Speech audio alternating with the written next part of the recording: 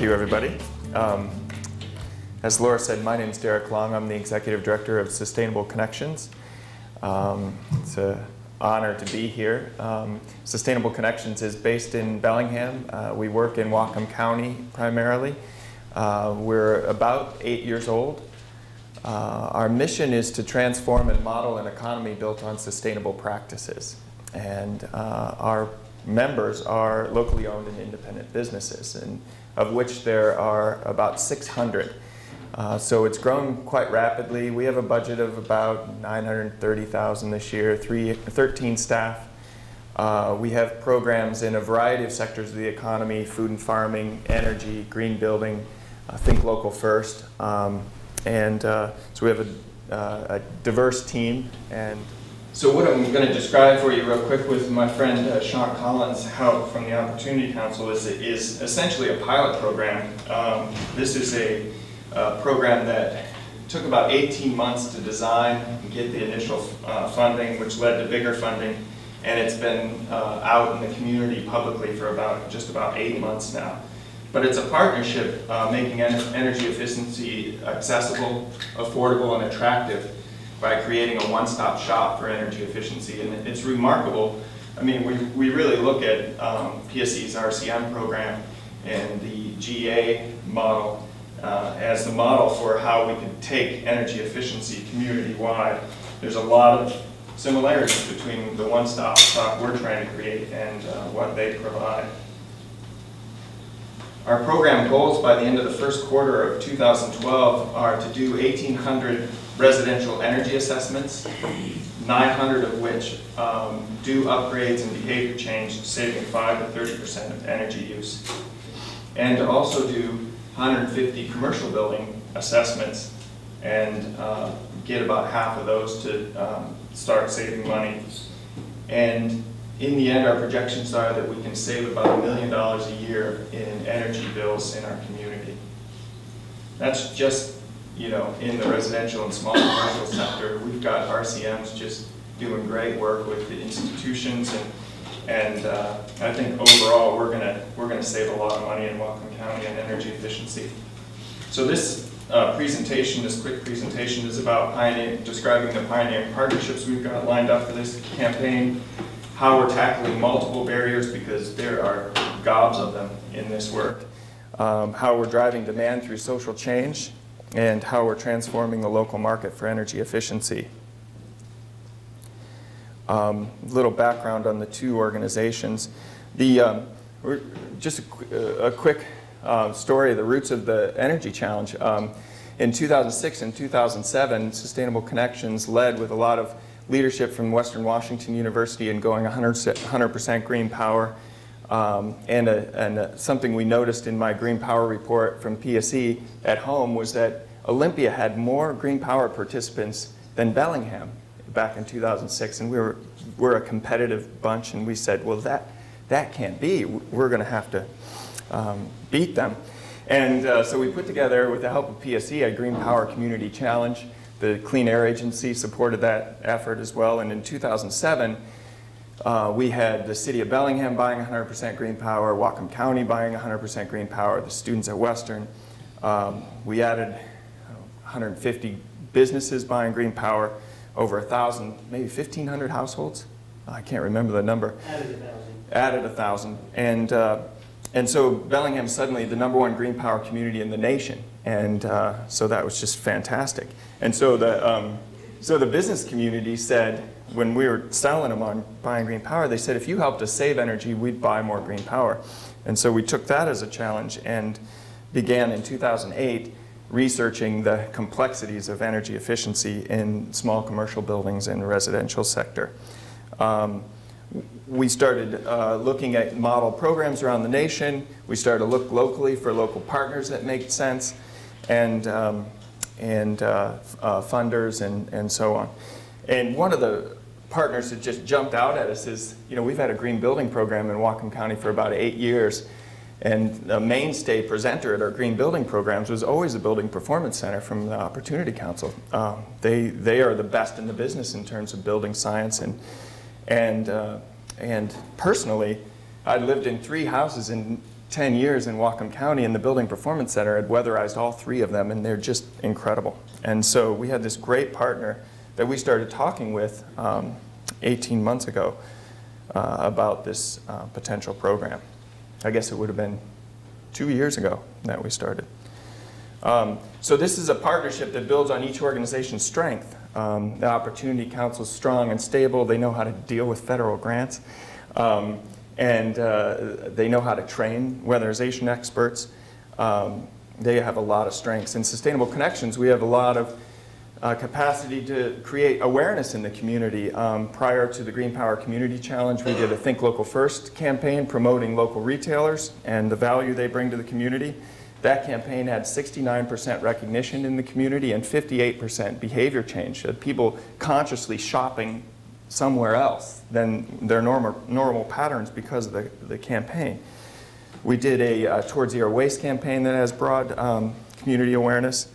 And so we've been through this cycle of building campaigns, building community support for them, and changing behavior. So we get to play to our strengths, and we get to run the commercial buildings aspect of the Community Energy Challenge because we have the strong relationships in the business community. So that pretty much says what I just said. Here are our partners. Ben's here from Puget Sound Energy. We've got David and Ryan from the city of Bellingham. We've got Regan from Whatcom County, RCM there. Gary Jensen from the city of Ferndale. We have a representative from Western here as well. And Karina from Resources, who's a partner in the Energy Challenge. Dan from EEFC. I don't know if we have a Banner Bank representative here today. No? But you can see there are a lot of, part of making a campaign really present in the community is getting a lot of partners involved. And so that just gives you a sense of who all's involved here. So this is the section where I get to turn it over to Sean to talk to you about their work in the residential sector for a few minutes. Okay. Thanks, Derek. Thank you. So I'm Sean Collins. I'm the manager for the Community Energy Challenge with the Opportunity Council. That means I manage the residential side of things. We have a split in terms of how we're handling our customers between commercial and residential. So our expertise is in residential buildings. So that's where we really focus our efforts, as well as on the fiscal coordination there. It's good to be back down in Skagit County. I worked here for a couple of years with the Community Action Agency here, so glad to be presenting down here.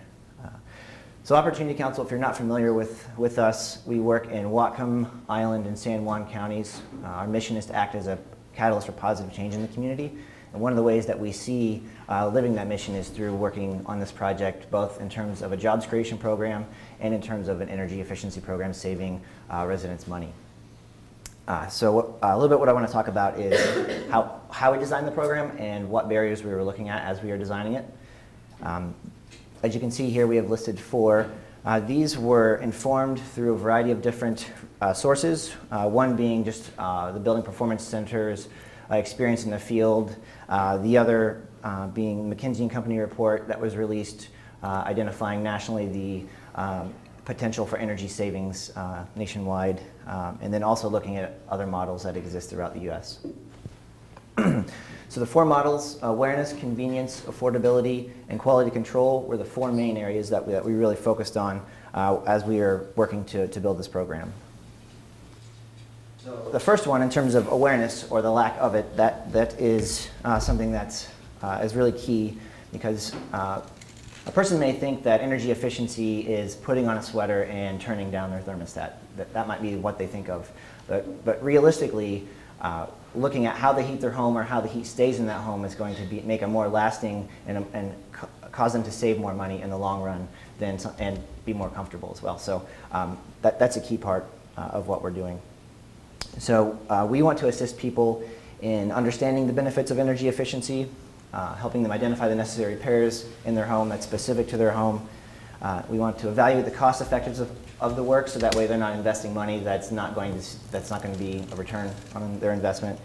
And we want to connect them with reliable contractors who really get the big picture of what's going on in that home, and not just trying to sell windows because they're a window salesman, for example. And so the way that we are doing that is through creating a countywide outreach program. We have put together a fuel neutral home assessment, meaning if you heat your gas with propane, wood, PSE electric, anything like that, we're going to be able to serve that household. And we also are working with third-party certified contractors that we have recruited and vetted, and also are providing quality assurance. So we've organized the program so that way we present the information and help move the project forward in a set of tiers. And what you're seeing here is an example of a report, part of a report that we give to a homeowner, and it outlines in the home what's going on from sort of what's most cost effective to accomplish first. So for example, the air leakage in the home, their ceiling, an attic insulation, and so on. We start from what we know to be the most cost effective thing to invest in first, and then go down the line and outline what's going on in that home. We also provide them with an energy performance score report, and what this does is essentially provide them with a miles per gallon rating for their home. So that way it's an easy to understand number for them to gauge how their house is performing, in relation to sort of the average house. So we do look at that in terms of what their actual usage is, but this is really not taking the behavior into account and really just looking at the potential for that home. It also looks at what their carbon footprint is for that home, and outlines with measurements, with retrofits, what they can expect to achieve after that work. So in terms of convenience, this is something also that is very, very important to a customer in terms of trying to figure out what they need to accomplish. So a homeowner may be aware of what needs to be done in their home, but they may not be aware of who's able to do that work, or the various incentives and financing available for that. So we really represent a one-stop shop for a homeowner to be able, homeowner and business, to be able to come to us and from start to finish have a seamless service, so that way they're not chasing down paperwork and making phone calls or anything like that. We're able to really organize that for them. And so the way that we do that, essentially the front end of the project is when people contact us, we get them signed up for a home energy assessment. This is a low-cost assessment for a homeowner. This is a crawl space to attic inspection of their home using blower doors, thermal imaging, diagnostic tools. So we're using the most sophisticated diagnostic tools to be able to present this information to them. A home energy advisor then meets with the homeowner or with the business and presents that information to them individually, sits down, and then talks about what the potential for savings are in terms of payback periods of they make that investment, when they can expect to have that measure pay for itself and such. We also outline what the utility rebates are, either through PSE or Cascade Natural Gas, what the City of Bellingham, for example, has rebates for various things. The state of Washington, there's tax credits available. So we really want to outline for them what the out-of-pocket cost is and how much that can be bought down through rebates that are out there, and also through incentives through our own program. If people are interested, we connect them to our contractors that are participating and then help to develop a scope of work. And then as work progresses, we provide quality assurance for 100% of those jobs. And so other things that we're talking about to homeowners, in addition to just energy savings, we're talking about the health and safety of a home. We've been in multiple homes where there's been combustion safety issues, where there's been dangerous levels of CO. We're talking about the durability of their home, identifying a lot of moisture problems. We're talking about comfort, and we're talking increased home value. So we're not just promising that there's going to be energy savings here. There's other things that are valuable that we're providing. In terms of affordability, this is really key in terms of a homeowner making that step to following through on a project. So they know what needs to be done, they know who they can get it done with, and then how they're going to finance that. That's something that we spend a lot of time on initially, working with Dan on developing a low interest loan project, and then also looking at how we're going to design our incentives to really get the customer off the dime and make those changes. So what we have available, like I mentioned, the low-cost assessment is enough to get the customer to have a little bit of skin in the game, so that way it's not somebody who just wants the assessment. We're really looking for people who want to do the work. we've got actually more than $1,500 in cash incentives that we can apply to the project to buy that down. And it's based on our tiered structure, and I'll talk a little bit about that. And then again, we're able to match that with a variety of other incentives and rebates available. And then our partnership with Banner Bank as well is a way for homeowners to really expand the scope of their work. So if somebody's interested in getting, say, a furnace replacement, we can help them with that. But when presented with the possibility of getting a low interest rate loan, they may decide to also go ahead and update their insulation and their windows and go finance solar projects, for example, moving more into renewable and going deeper into that home instead of just doing something simple. So this is just an overview of how we have tiered our program. Essentially what we want to ensure is that a person isn't upgrading their windows before they have insulation in their home. So that way they're not making an investment that's not really going to pay for itself. So this is just basically outlines that. So in terms of quality control, this is really where the expertise from the Building Performance Center comes into play. And the Building Performance Center is part of the Opportunity Council, and we provide training throughout the state for weatherization providers and are nationally recognized for our expertise in the field. And what we have done is are currently working with 5 contractors. We've provided them with 3 two-day trainings where they have sent their staff, and we have at the Building Performance Center in Bellingham, we have a facility that essentially recreates a house in our building, and we're able to look at different environments where there's combustion safety issues and really create conditions that mimic what they're going to find in the field. And so we have our contractors go through that process. We also provide on-the-job support, so we have staff that actually go out with contractors when they're working on homes, and they've really voiced to us that that's very valuable to them. More valuable than classroom time, for example. And then we also have support through our agency of dealing with paperwork. So because of the various finances that are flowing into our program and the different reporting through Davis-Bacon or through prevailing wage or through the variety of different places, there's a lot of paperwork that gets shuffled around, and so we provide support to contractors to make sure that they understand how to fill that out, that if their subcontractors need assistance, that we're there to provide that support for them. So as I mentioned, 100% of all of our jobs are quality assured.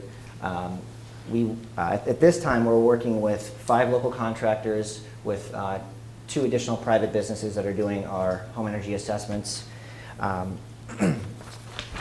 Revisit my notes here.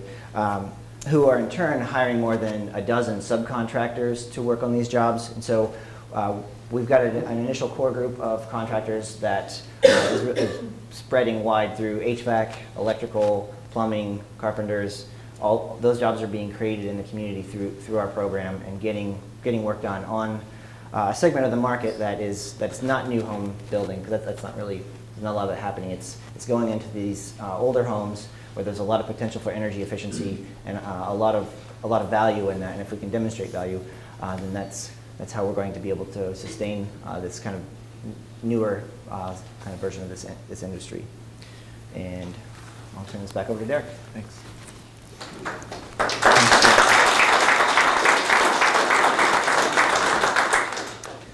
So the next, to kind of finish up this presentation, I'll cover some of the driving demand through social change issues, some of the branding work that we're doing, our goals, feedback, and social diffusion ideas. We're really fortunate to have Kara Pike here later on this afternoon, who we could have used perhaps some coaching on in developing our campaign, and maybe we can use her services in some evaluation. But how you market and communicate these concepts to the marketplaces is critically important. So I'll show you some of the things that we're doing. We're naturally building on the strong existing brand of Sustainable Connections in Whatcom County, and using our relationships with our partners to distribute materials and signage widely throughout the community. These are just some colorful images of like little reminder stickers that are prompts that are by the light switch to help people remember what they've committed to in terms of behavior change. This home is saving energy, just a way to acknowledge people for their participation in the program, things like that. This is our Savo meter. One thing that worked really well in the Green Power Community Challenge is we had about 15 banners, long vertical banners hanging up at businesses, retail businesses, at City Hall, and at the library and other places that just kept track of how we're doing as a community toward our goal. This year, or for this campaign, we're using the Savo meter that looks very familiar, like your electric gauge. Meter. Savo meter. There are cues everywhere in my presentation. A strong website, e-newsletter progress updates, and so on. Feedback. This is, you know, and this kind of relates to the banners, the importance of the community banners and so on too. It's our experience that people want to be part of something bigger. If the community is going after a challenge, a lot of people want to participate in that. So we want to help them recognize how they're participating in that community challenge. This is another way that motivates people in the community by giving them some feedback on how their home is, or their business is performing relative to other homes and businesses and their neighbors, for instance. And so you see this, this is an example of a utility mailer reports in partnership with PSE and O-Power. These little inserts are going to go into half the households in Bellingham that let people know what's that? All of Whatcom County. I didn't know that. Where people get a happy face if they're good relative to their neighbors. I think they're getting frowns if they're not. And so people want to know what's normal. And this is a way to help them with that. Sean did a nice job of describing our EPS. So some other creative things that help build community awareness is we're doing neighborhood by neighborhood competitions. Participants put yard signs out. We encourage people to use referral postcards. You know, basically I saved a lot of money with the Community Energy Challenge. They send that postcard to their friends. You may be able to save money as well, and through active community groups. People want to hear that this works from people they trust. So some ideas on added incentives, attractive financing, and economies of scale. We covered this with Sean with the cheap energy, or the affordable energy assessment, the extra incentives that we have available with the ARA funding, and we can match a lot of the utility rates for appliances, making it more economically attractive to the community. We covered innovative finances, the loan loss to reserve funds with Dan's presentation, and the bank is being a great partner in promotion of the campaign as well at their branches. We're in economies of scale. We're going to be experimenting with how we can save money and be more efficient in the campaign by grouping work geographically and by type of work. So if we have a particular subcontractor might be able to be more efficient by doing a lot of furnaces in a particular area, or we might get whole house work done more efficiently if we zero in on pilot neighborhoods. So those are experiments we're going to be doing later on in 2011 as well for economies of scale. And here's the last slide, where we are so far. 111 home energy assessments completed. The assessment people are booked all the way into December. 50% of the homeowners are following up on their assessments. 30 projects completed or in progress. 11 jobs created. And 35 businesses are participating, saving about $1,000 a year through soft conservation measures. So this is the presentation, Pioneering Partnerships, Tackling Multiple Barriers, Driving Demand Through Social Change, and Transforming the Market for Energy Efficiency. And hopefully we finished with 15 minutes for questions. Yes, you did. So Thank you. that's really what I meant by how Derek is a superstar, is he does things on time. So if you know him, you know he's also a very humble guy. So one thing he didn't pat himself on the back about that might relate to a lot of us who came here today looking for money. One thing they've been successful at is the story of how they tapped into a large federal grant. And I think it's worth, it would be selfish and actually take 2 minutes on that, because Sure. the message he's going to give us is why it's important to be prepared. One of your jobs today when we fill up our idea board is, one of your jobs is to meet Mark's mandate, which is, what can he do for you?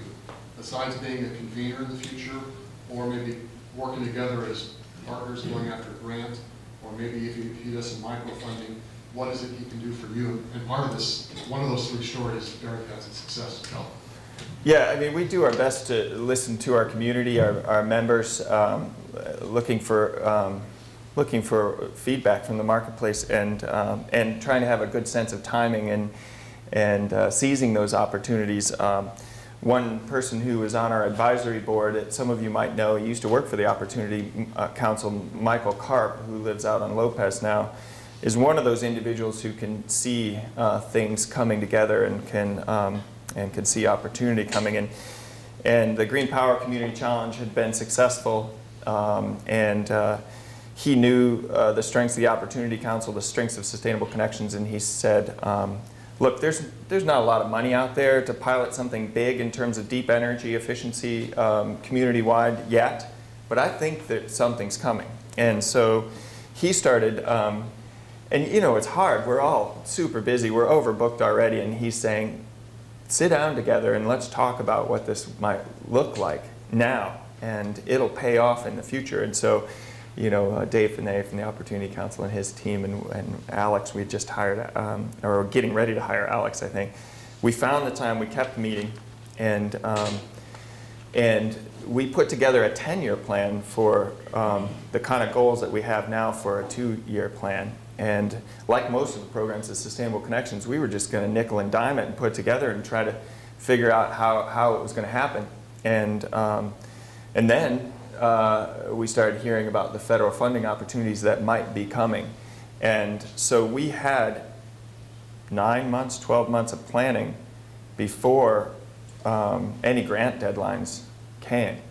And so when the grant deadlines started to come, we were ready to go. And so our success with these grants and working with our partners at City of Bellingham and Ferndale and Whatcom County, we'd been talking to all these partners for a long time ahead of the grant deadlines. And you know, we know this is a pilot. We've got a lot to learn yet, but it's within our mission at Sustainable Connections to model, you know, test these things, model them, and then replicate them.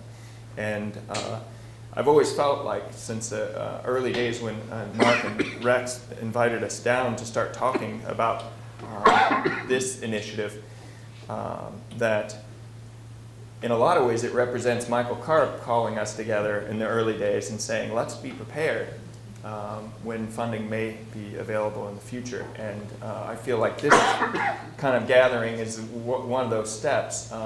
I think we're going to learn a lot and we're going to accomplish a lot in Whatcom County. And if we talk a lot in a multi-county region, we'll be prepared for bigger opportunities in the county. And we can not make some of the mistakes in Skagit County and Island County that we're sure to make in Whatcom County.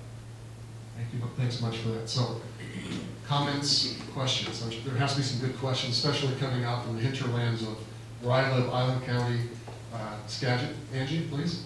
I have a question about, I sit on the state building code council, and we've been very challenged with trying to move forward with adopting the energy code. In fact, we're being sued by the building industry, building VIA. And a couple of the comments that we keep hearing from folks who come during the comment period from the public, particularly from the building construction industry, is 2 complaints. One big one is that the banks, although people may be able to get loans to do work on their homes to retrofit them for energy efficiency, what they're not finding is that that is accounted for when the home is then assessed. So when we say doing retrofits to your house for energy efficiency will increase your home value. They're not seeing it on the line item, so I wanted to speak to that, if you could answer that. And the other thing is, how do we respond to better energy reductions will produce jobs? They feel as though they're losing their jobs, and this isn't going to help them gain jobs by us moving into green energy. What are the jobs? Yeah, two-part question. I think the first is how do we verify that energy efficiency work creates jobs? And the second part is how do we, I guess there's maybe two parts to that question too. How do we get the banks on board? The building industry is in a severe recession right now, and they're looking for things that make their lives and their businesses less complicated, not more. And so how do we convince them that building great high-performance homes makes sense, even in this market, and how to get them behind the recommendations to improve or increase code issues, right? Yes, but the other part would be how do you get the banks to actually assess your house with the value that it's worth because you made the retrofit? Right.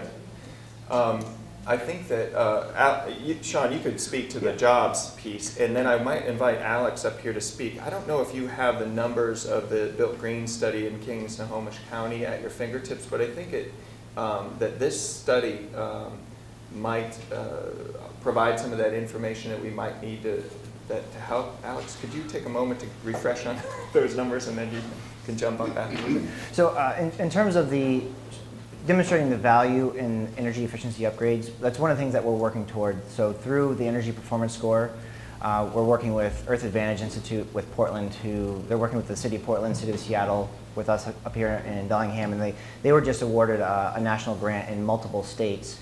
And what the Energy Performance Score, what we hope to do is to help transform that market, and so it becomes part of the consciousness of a home buyer. So when they would like to see what's the rating of this home in terms of its energy efficiency. And there are people who understand that value and who'd be willing to pay for that. I think part of what we're trying to do is to really insert that into the consciousness of the community, so that way they have a way to understand that value.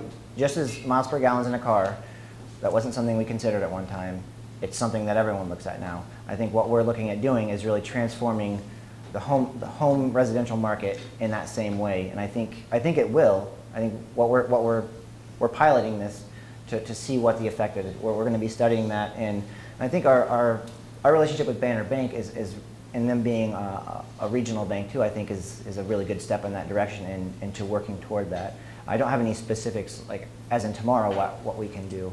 But in terms of the jobs, I mean, we are working with contractors to help expand their business models.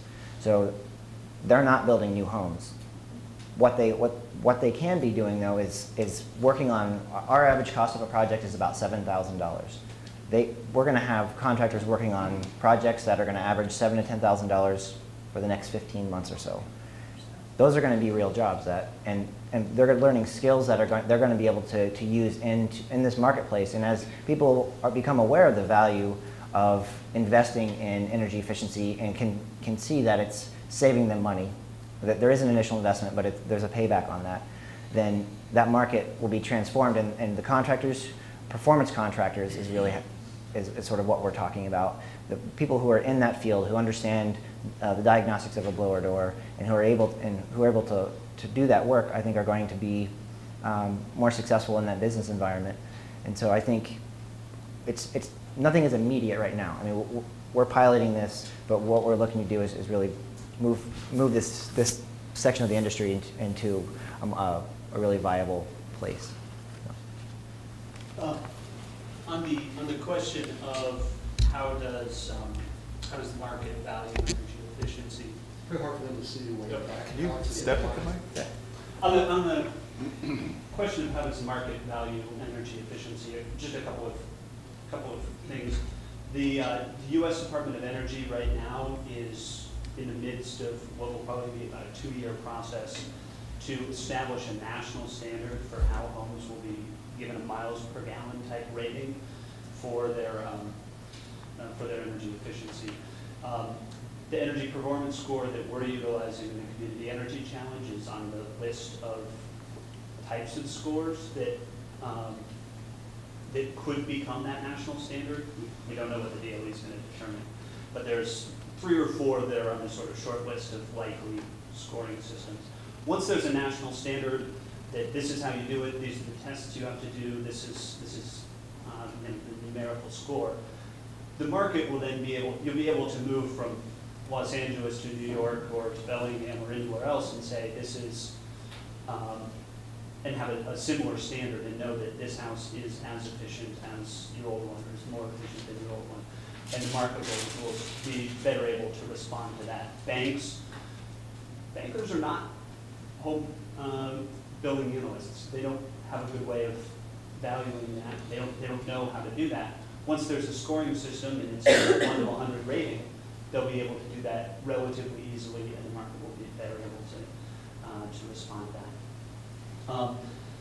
Just a comment on the banker part. Sure. Isn't it more up to the appraisers who appraise those houses to have that in their, I guess, in their game plan rather than the banker to? So I guess there's kind of 2 pieces. One is the appraised value of the house, but then the other piece is if you're looking at ability to pay on a loan, then you're there's both, I guess. Perhaps more anecdotally, we can say that the market does value green building generally and energy efficiency is a subset of that. What Derek was mentioning, and I have the numbers here, but I didn't have time to pull them up. I'm happy to do that later and share them. But there's some great research that's been done in the Seattle King County market where they do collect as part of the multiple listing service whether or not a home meets a green building standard, whether that's Built Green or LEED or Energy Star. And the market results are tens of thousands of dollars in increased value in the sale price of those homes for homes that are on average smaller footprints, so people are paying more for less house, and they're selling more rapidly. So the market is responding and does value that. Anecdotally in King County, where they're collecting that information, they're not collecting it in all of Washington State. I think Okay, probably 1 or 2 more questions, then we'll go to our break because you've been very patient. Karen? There was a really interesting pilot in Victoria, BC, and I believe also maybe in New York or California, where real estate boards were piloting a process of including all of the energy efficiency and functionality aspects of a home when you're actually showing the home to a potential buyer. So it's part of the long-term calculation of buying the home. That you may love this house, but if it's going to cost you a huge amount over the time that you'll be living in the home to run it, then it's driving some buying decisions. So I don't know the status of those pilots. They're fairly new, but it might be another thing just to keep your eye on. I have a question though about the Community Energy Challenge, and I'm wondering if you're able to see anything about the rebound effect. So a lot of times you're at energy efficiency that we end up consuming the energy we save through efficiency measures for other things that we want the energy for. Have you seen in your pilot at the residential level that rebound factor happening, or is it really an entry point into a whole number of sustainable practices that people tend to go into more versus just, you know, let's now add a hot tub to our home because we've got all of this energy savings? Right, so I have a couple points there. I think what we found in some of the studies is that when you link savings to behavior, that there is that, it'll happen for a period of time and then the savings kind of disappear. But so what we're really looking at doing is going in and changing actual things in the home that are going to reduce consumption of energy. Of course, behavior is going to affect that. The energy performance score report that we're using looks at the actual house without the behavior of the occupant, because we can upgrade a home, put in a 95 plus efficiency furnace, do all the installation, put solar panels on it.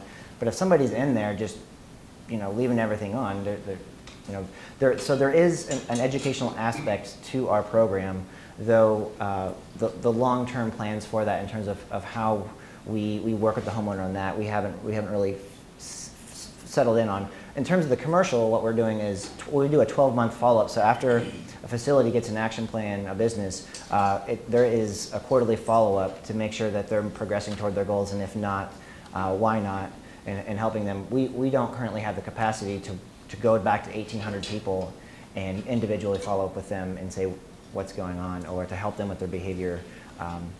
So I think really what we're looking at is changing out some of those physical things that are going to be lasting changes. But with PSCs, yeah. If I could add to that for 1 minute, good, Sure. go on.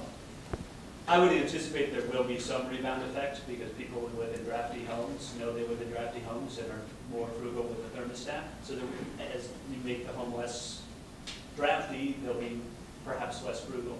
That's going to happen in just about any home weatherization program.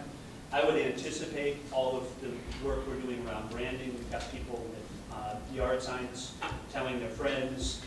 They're identifying with their energy savings more, so I would anticipate, we don't have the data yet, but I would anticipate it will rebound effect. Yeah, we have right now like a 15% reduction in energy costs is what we're seeing as an average for people that we're working with.